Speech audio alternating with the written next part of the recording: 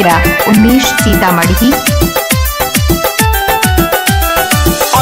कमा के पिया गोर हाथ धोला, मीठा मीठी बात करके कुछो तो बोला। ए राजा कमा के पिया गोर हाथ धोला, मीठा मीठी बात करके कुछो तो बोला। कौन हुआ तो बारो जैसे बात तोरे के बा अब के न होइनी मैं कपवो ना कइनी उठल लिया के में कसूरे का बा।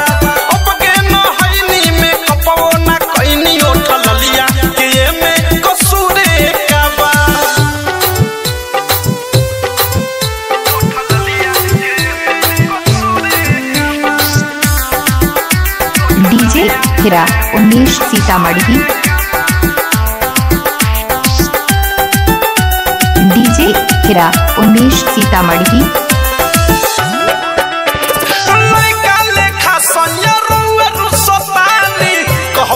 पहिला गावे जात बानी ए मान जाई लइका लेखा संयरुआ रुसतानी कहब त पहिला गावे जात बानी। बोलो ए राजा जरूरी खबा अब के न होइनी मैं कपवो ना कइनी उठल लिया के में कसूरे कबा।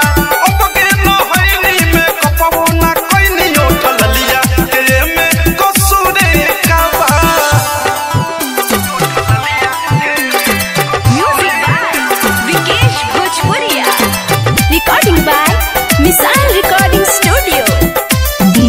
हिरा उमेश सीतामढ़ी।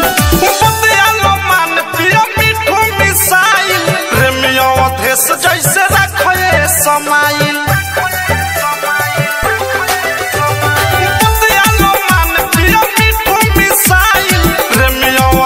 जैसे रखे समाइल अनुराग बिके से भिलू रे गाबा। अब के न होइनी मैं कपवो ना कइनी उठल लिया के में कसूरे काबा। अब के न होइनी मैं कपवो ना कइनी उठल लिया के में कसूरे काबा। अइला कमा के पिया गोर हाथ धोला, मीठा मीठी बात करके कुछो तो बोला। कौन हुआ तो बारो जैसे बात तोरे के बा अब के न होइनी मैं कपवो ना कइनी उठल लिया के में कसूरे काबा।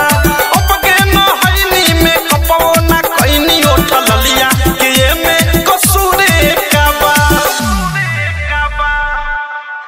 डीजे हिरा उमेश सीतामढ़ी।